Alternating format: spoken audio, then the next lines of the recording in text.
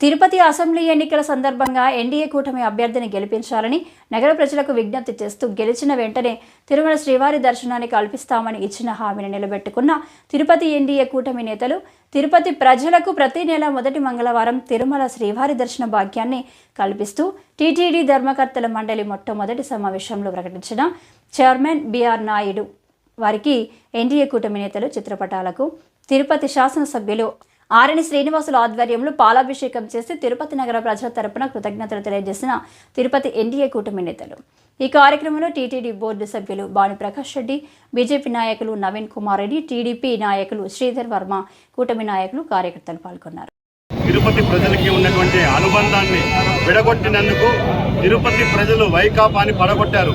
మేము ఆ రోజు ఎన్డీఏ ఎన్నికల సందర్భంగా మా అభ్యర్థి ఆరణి శ్రీనివాసులు గారిని అఖండ మెజార్టీతో గెలిపించండి, తిరుపతి ప్రజలకు తిరుమల శ్రీవారి దర్శనాన్ని గతంలో ఏ విధంగా అయితే వైఎస్ఆర్ కాంగ్రెస్ ప్రభుత్వం రద్దు చేసిందో దాన్ని పునఃప్రారంభిస్తామని చెప్పి ఇచ్చిన హామీని ఈరోజు టీటీడీ చైర్మన్గా బిఆర్ నాయుడు గారు బాధ్యతలు స్వీకరించిన మొట్టమొదటి సమావేశంలోనే తిరుపతి ప్రజలకు శుభవార్త తెలియజేస్తూ తిరుమల శ్రీవారి దర్శనాన్ని కల్పించారు. నేను ఒకటే చెప్తున్నాను, 5 సంవత్సరాలలో వైఎస్ఆర్ కాంగ్రెస్ ప్రభుత్వం తిరుమల శ్రీవారి సేవా టికెట్లని సినిమా టికెట్ల లాగా అమ్ముకున్నారు. ఈరోజు విజిలెన్స్ ఎంక్వైరీ జరుగుతోంది, వాస్తవాలన్నీ వెలుగులోకి వస్తాయి.